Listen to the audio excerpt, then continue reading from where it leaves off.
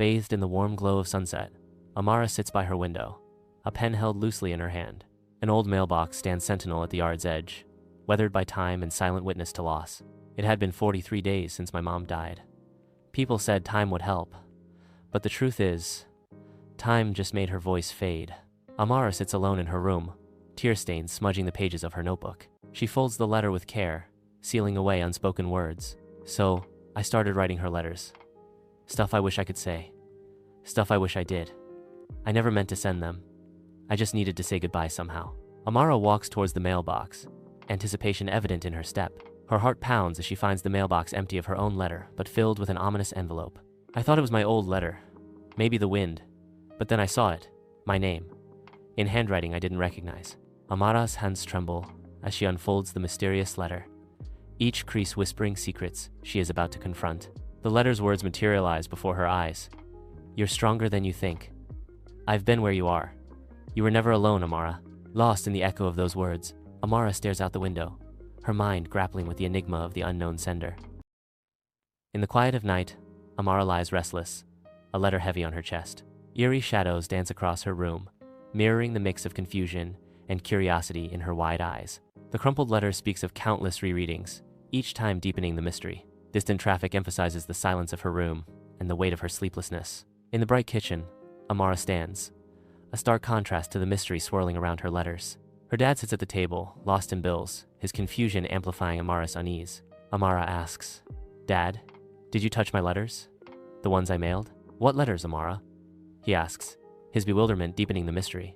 Under the cloak of night, Amara pens letters, each word a desperate plea cast into the void. Night after night, Amara places her letters in the unyielding mailbox, the weather mirroring her shifting moods from hopeful clarity to despairing storms. The resounding clang of the mailbox shatters the silence, emphasizing Amara's isolation in the deserted street. Rain lashes down as Amara approaches the mailbox, the distorted shadows of streetlights dancing around her. Her fingers brush against the cold metal as she retrieves another letter.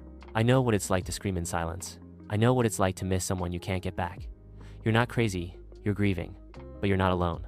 Amara's voice breaks with emotion. The rain blurs the ink on the letter, mirroring her tears. Amara sits on her bed, the letter shaking slightly in her hands. The bedside lamp flickers, casting shadows that dance around the room, adding to Amara's unease. Her eyes fix on the faded stamp on the back of the envelope. Daniel, 22B. Realization dawns, the shadows deepening around her as the weight of her discovery sinks in. In the dimness of her bedroom, Amara's face glows with resolve as she opens her laptop. Her fingers fly across the keyboard, typing Daniel 22B into the search engine, a mix of determination and apprehension in her eyes. The screen's light reflects in her eyes as she whispers, if this is real, I have to find out who Daniel is.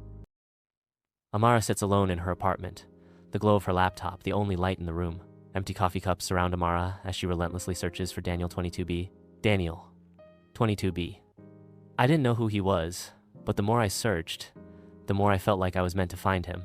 Amara sits with her father at the kitchen table, warmth battling unspoken tension. Did Mom know someone named Daniel? Amara asks, the question hanging heavy in the air. Her father freezes, his face hardening, revealing a past he desperately tries to conceal. Amara's father speaks softly, revealing a hidden truth. Your mom. She volunteered at a care center for years. He continues. She helped patients write final letters to family they'd lost touch with. She never told you because she didn't want the weight to follow you. Amara's eyes fill with tears as she absorbs the weight of her mother's secret. Amara searches through the dusty attic, sunlight cutting through the gloom. She finds a photo, her mom with a man she doesn't recognize. And there he was, the man from the letter. He wasn't just someone she helped. He looked like he meant something more. Amara halts before the neglected house, her anxiousness palpable. The rusted 22B on the mailbox seems to mock her anticipation. Clutching the photo of her mother and Daniel, Amara whispers, I didn't know what I was walking into. But if Daniel was still alive, maybe he had the answers I didn't know I was looking for.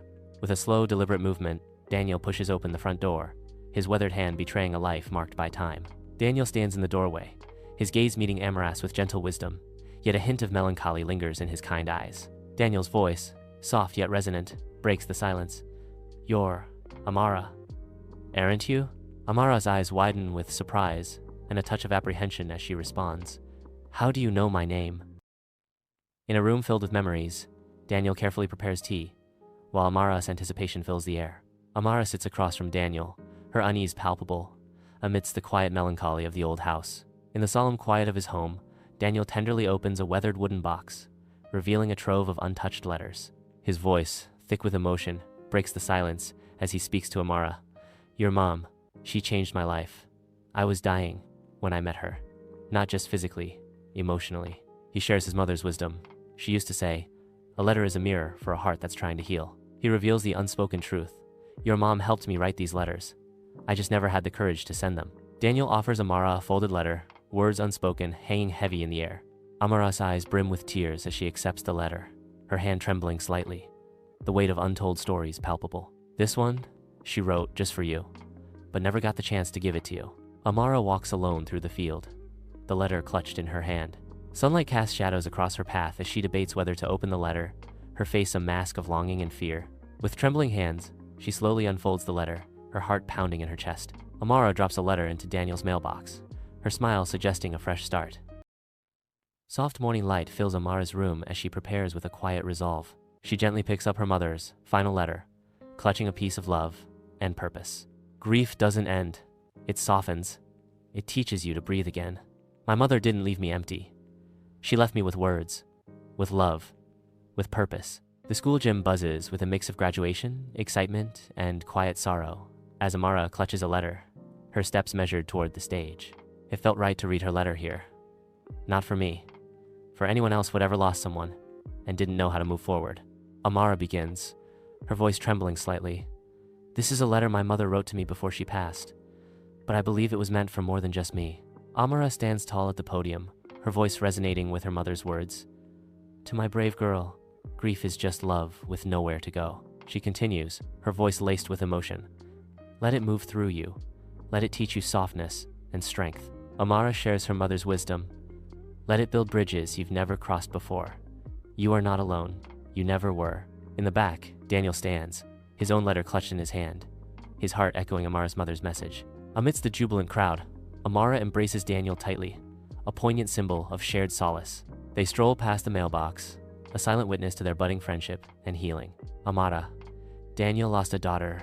I lost a mother. Somehow, the letters stitch those wounds into something new, something healing."